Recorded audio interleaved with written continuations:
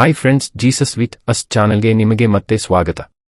ದಯವಿಟ್ಟು ವಿಡಿಯೋವನ್ನು ಸ್ಕಿಪ್ ಮಾಡದೆ ಪೂರ್ತಿ ನೋಡಿ ದೇವರ ವಾಕ್ಯವನ್ನು ಸಂಪೂರ್ಣ ತಿಳಿಯುವಿರಿ. ನೀವು ಫಸ್ಟ್ ಟೈಮ್ ನಮ್ಮ ಚಾನೆಲ್ಗೆ ಬಂದಿದ್ದಾರೆ, ದಯವಿಟ್ಟು ಸಬ್ಸ್ಕ್ರೈಬ್ ಮಾಡಿ. ವಿಡಿಯೋವನ್ನು ಲೈಕ್ ಮಾಡಿ, ವಿಡಿಯೋವನ್ನು ನಿಮ್ಮ ಸ್ನೇಹಿತರಿಗೆ ಶೇರ್ ಮಾಡಿ.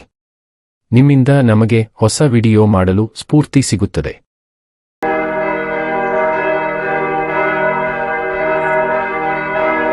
ಕೀರ್ತನೆಗಳು ಅಧ್ಯಾಯ 7. ಅನ್ಯಾಯವಾದ ದೋಷಾರೋಪಣೆಗೆ ಗುರಿಯಾದ ದೇವಭಕ್ತನು ಪ್ರಾರ್ಥಿಸುವುದು.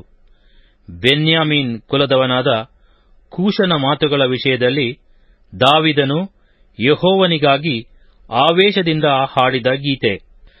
ಯೆಹೋವನೇ, ನನ್ನ ದೇವರೇ, ನಿನ್ನ ಮೊರೆ ಹೊಕ್ಕಿದ್ದೇನೆ. ಹಿಂದಟ್ಟುವವರೆಲ್ಲರಿಂದ ತಪ್ಪಿಸಿ ನನ್ನನ್ನು ಕಾಪಾಡು. ಇಲ್ಲವಾದರೆ ನನಗೆ ರಕ್ಷಕನಿಲ್ಲವೆಂದು ತಿಳಿದು ಶತ್ರುವು ಸಿಂಹದಂತೆ ಮೇಲೆ ಬಿದ್ದು ನನ್ನನ್ನು ಹರಿದು ಬಿಟ್ಟಾನು. ಯೆಹೋವನೇ, ನನ್ನ ದೇವರೇ, ನಾನು ಕೈಗಳಲ್ಲಿ ಅನ್ಯಾಯವುಳ್ಳವನೂ ಮಿತ್ರದ್ರೋಹಿಯೂ ಆಗಿದ್ದರೆ ಶತ್ರುವು ಹಿಂದಟ್ಟಿ ಬಂದು ನನ್ನನ್ನು ಹಿಡಿದು ನೆಲಕ್ಕೆ ಕೆಡವಿ ತುಳಿಯಲಿ. ನಾನಂಥವನಲ್ಲ, ನಿಷ್ಕಾರಣ ವೈರಿಯನ್ನು ರಕ್ಷಿಸಿದನಲ್ಲ. ಸೆಲಾ. ಯೆಹೋವನೇ, ನ್ಯಾಯಸ್ಥಾಪಕನೇ, ನನಗೋಸ್ಕರ ಎಚ್ಚರವಾಗು. ಮಹಾಕೋಪದಿಂದ ಎದ್ದು ಬಂದು ನನ್ನ ವಿರೋಧಿಗಳ ಕ್ರೋಧವನ್ನು ಭಂಗಪಡಿಸು. ಎಲ್ಲಾ ಜನಾಂಗಗಳು ನಿನ್ನ ಸುತ್ತಲೂ ಸಭೆಯಾಗಿ ಕೂಡಿರುವಲ್ಲಿ ನೀನು ಪುನಃ ಆರೋಹಣ ಮಾಡು.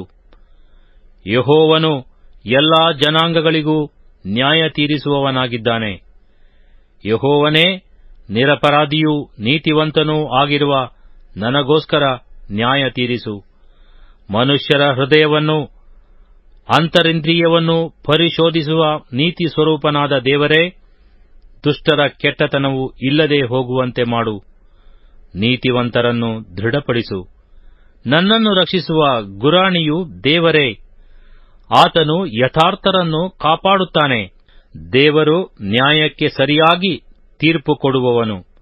ಯಾವಾಗಲೂ ದುಷ್ಟರ ದೋಷಿಯು ಮನಸ್ಸನ್ನು ಬೇರೆ ಮಾಡಿಕೊಳ್ಳದೆ ಹೋದರೆ ಆತನು ತನ್ನ ಕತ್ತಿಯನ್ನು ಮಸೆಯುವನು.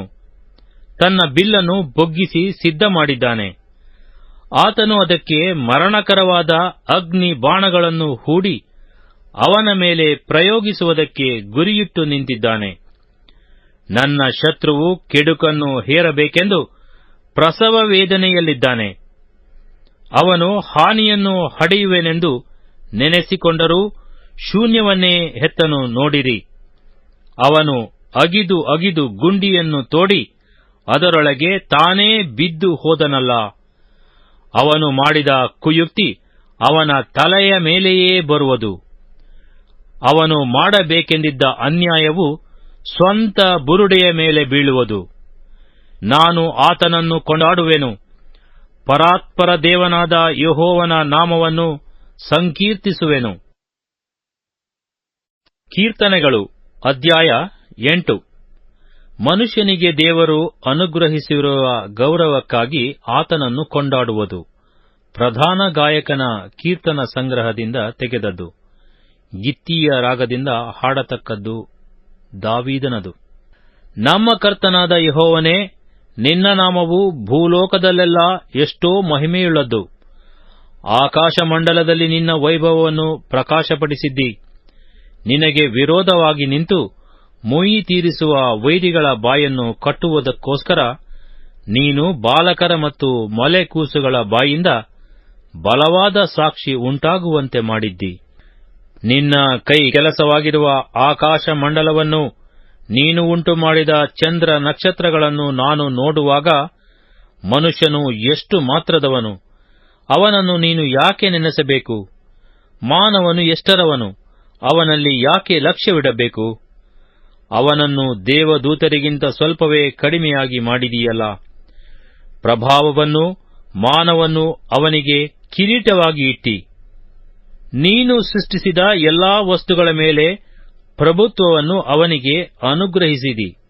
ನೀನು ಎಲ್ಲಾ ಕುರಿದನಗಳನ್ನು ಮಾತ್ರವೇ ಅಲ್ಲದೆ ಕಾಡು ಮೃಗಗಳು, ಆಕಾಶ ಪಕ್ಷಿಗಳು, ಸಮುದ್ರದ ಮೀನುಗಳು, ಅದರಲ್ಲಿ ಸಂಚರಿಸುವ ಸಕಲ ವಿಧವಾದ ಜೀವಜಂತುಗಳು ಇವೆಲ್ಲವನ್ನು ಅವನಿಗೆ ಅಧೀನ ಮಾಡಿದ್ದೀಯಲ್ಲವೇ? ನಮ್ಮ ಕರ್ತನಾದ ಯೆಹೋವನೇ, ನಿನ್ನ ನಾಮವು ಭೂಲೋಕದಲ್ಲೆಲ್ಲ ಎಷ್ಟೋ ಮಹಿಮೆಯುಳ್ಳದ್ದು.